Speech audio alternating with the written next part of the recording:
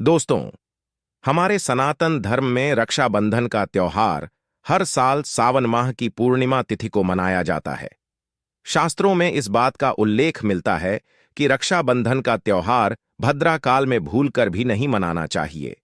भद्राकाल में रक्षा सूत्र यानी कि राखी बांधना बहुत ही अशुभ माना गया है। शास्त्रों में कहा गया है कि भद्रा का त्याग करके ही रक्षाबंधन का त्योहार मनाना चाहिए। इसके साथ ही इस वर्ष रक्षाबंधन का त्योहार किस दिन मनाया जाए, इस पर बहुत ज्यादा ही संशय की स्थिति बनी हुई है। दोस्तों, इस बार कई लोगों का मानना है कि रक्षाबंधन 19 अगस्त को मनाना चाहिए और वहीं कुछ लोगों का मानना है कि 20 अगस्त को रक्षाबंधन का त्योहार मनाना शुभ रहेगा। तो ऐसे में आज हम आपको इस वीडियो में बताएंगे कि रक्षाबंधन का त्योहार किस दिन मनाया जाएगा और इसकी सही तारीख क्या है, 20 अगस्त या फिर 19 अगस्त। साथ ही आज हम आपको भद्राकाल का भी समय बताएंगे, क्योंकि इस साल भी रक्षाबंधन पर भद्रा का साया रहेगा। इसलिए राखी बांधने का शुभ मुहूर्त आपके लिए जानना बेहद आवश्यक है। दोस्तों, वीडियो को अंत तक जरूर देखें और आगे बढ़ने से पहले वीडियो को लाइक करके आपके अपने चैनल वास्तु टेल्स को सब्सक्राइब करके बेल आइकॉन जरूर दबाएं, ताकि आने वाली वीडियो की जानकारी आपको प्राप्त हो सके।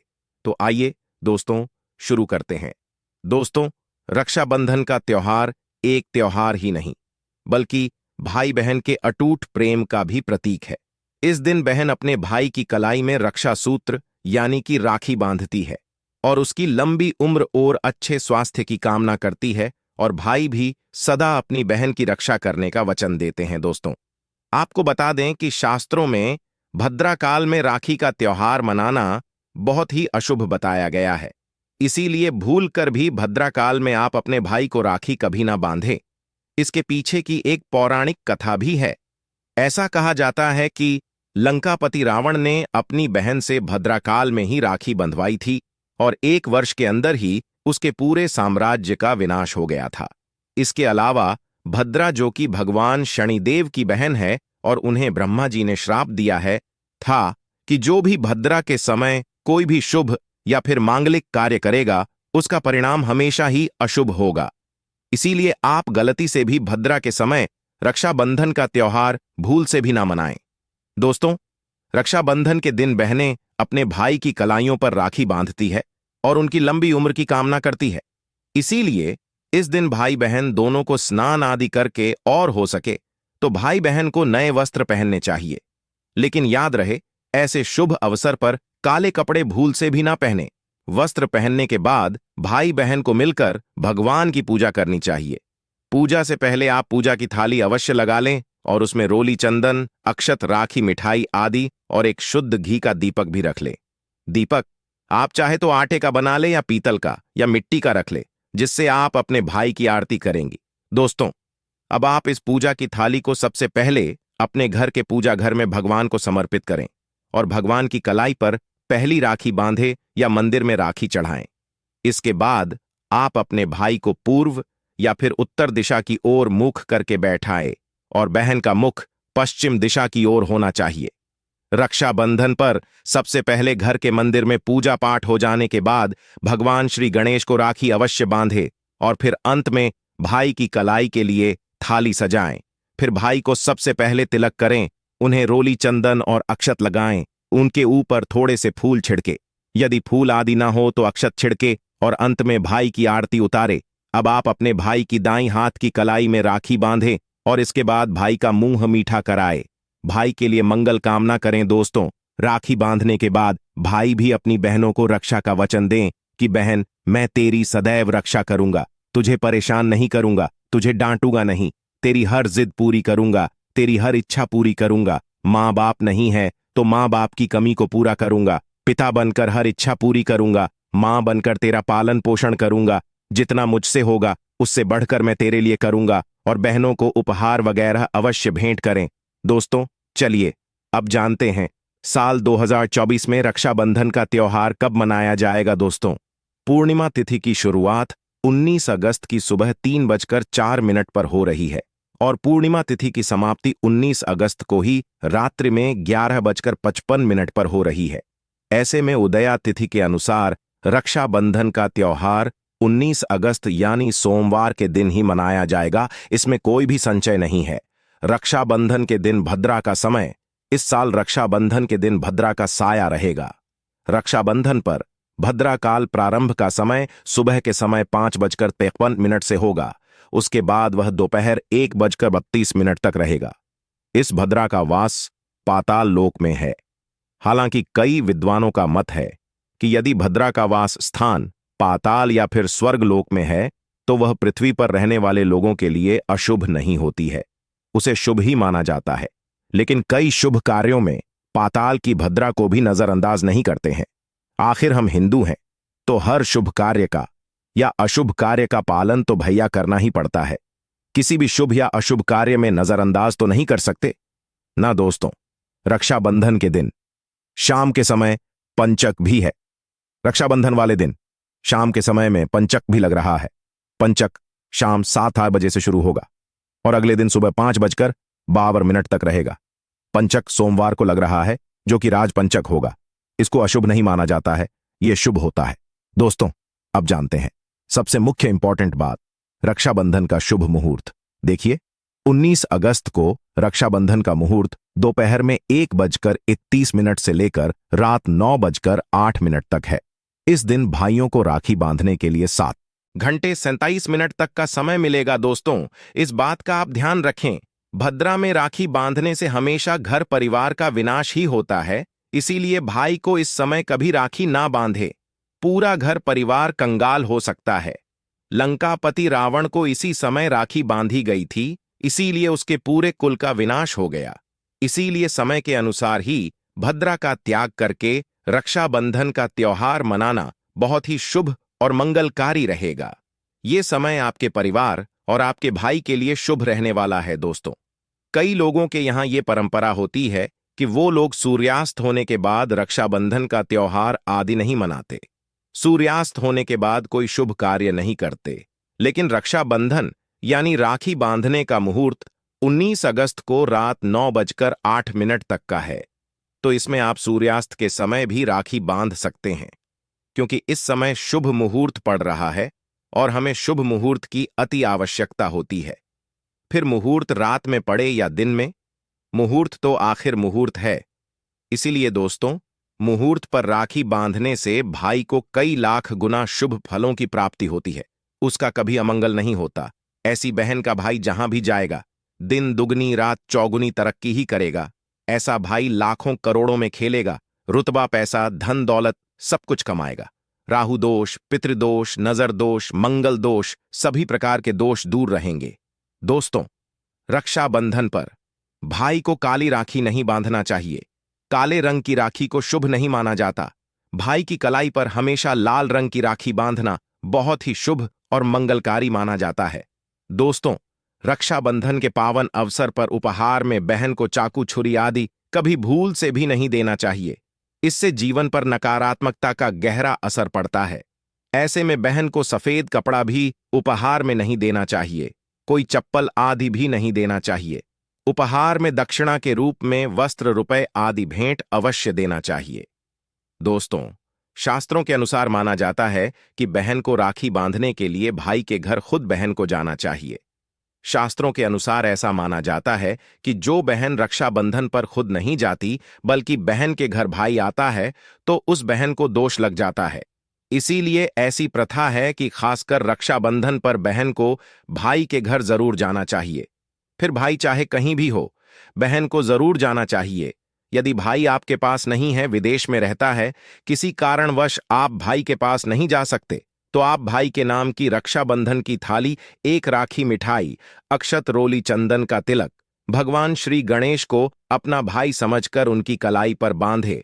वो राखी स्वयं आपके भाई की कलाई तक पहुंच जाएगी। फिर चाहे आप भगवान श्री कृष्ण के बांधे या श्री हरि नारायण के बांधे, आप जिसके भी भक्त हैं उनकी कलाई पर बांधे, वह स्वयं राखी चलकर आपके भाई की कलाई तक पहुंचेगी। और ऐसी राखी सच्चे मन से बांधी गई राखी, सच्ची श्रद्धा से बांधी गई राखी स्वयं ईश्वर तुल्य हो जाती है। दोस्तों, रक्षाबंधन पर खाने में क्या क्या बनाना चाहिए, आइए जानते हैं।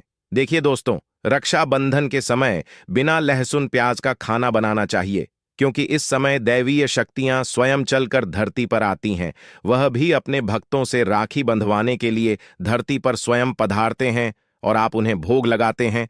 ऐसे में जो भाई होते हैं उनके अंदर साक्षात ईश्वर का उस दिन वास हो जाता है। भगवान भाई के अंदर बसते हैं। इसीलिए लहसुन, प्याज, मांस, मदिरा, बीड़ी, सिगरेट, गुटखा आदि का सेवन इस दिन भूल से भी नहीं करना चाहिए। नहीं तो रक्षा बंधन खंडित हो जाएगा, बहन का व्रत टूट जाएगा। खाने में आप खीर, पूरी खीर में आप कलर भी डाल सकते हैं। मीठा हलवा, मीठी सेवियां बनाएं। कुछ ना कुछ मीठा घर में अवश्य होना चाहिए, क्योंकि साक्षात भाई में भगवान इस दिन बसते हैं और बहन को ढेर सारा आशीर्वाद मिलता है। तो मीठा खाना तो जरूर बनाना चाहिए। कुछ बनाएं या ना बनाएं, पर मीठी सेवियां जरूर बनाना चाहिए और भगवान को भोग लगाना चाहिए। इसके बाद ही रक्षाबंधन का त्योहार मनाना चाहिए। ऐसे में बड़ा ही शुभ और अत्यंत दुर्लभ मंगलकारी माना जाता है। रसीले आलू की सब्जी, गोभी की सब्जी, केले की सब्जी, छटपटा गोभी, आलू मटर पुलाव, पनीर पुलाव और खीरे का रायता आप बना सकते हैं। घर में इस दिन पक्का खाना अवश्य बनाना चाहिए। इस दिन घर में तवा नहीं चढ़ाना चाहिए, अशुभ माना जाता है। कढ़ाई चढ़ाकर पक्का खाना ही बनाए। इसे शास्त्रों के अनुसार पक्का खाना माना जाता है, जो कि त्योहारों के शुभ समय बनाया जाता है। इसे साक्षात ईश्वर ग्रहण करते हैं और भगवान को भोग और राखी बांधने के बाद, फिर उसके बाद मुहूर्त के समय भाई की कलाई पर राखी बांधने के बाद ही बहन अपना व्रत तोड़ती है और बहन को एक निवाला भाई को अवश्य खिलाना चाहिए और भाई को भी अपनी बहन का व्रत संपूर्ण करना चाहिए। बहन को एक निवाला अवश्य खिलाएं। इससे भाई बहन के बीच प्रेम बढ़ता है और ईश्वर ढेर सारा आशीर्वाद देकर वापस अपने स्वर्ग लोक को चले जाते हैं। दोस्तों कहते हैं, जो बहन इस दिन भाई के लिए व्रत नहीं रखती, रक्षाबंधन पर ऐसे ही राखी बांधती है, तो ऐसे में भाई की उम्र कम हो जाती है, ईश्वर नाराज हो जाते हैं, व्रत खंडित हो जाता है।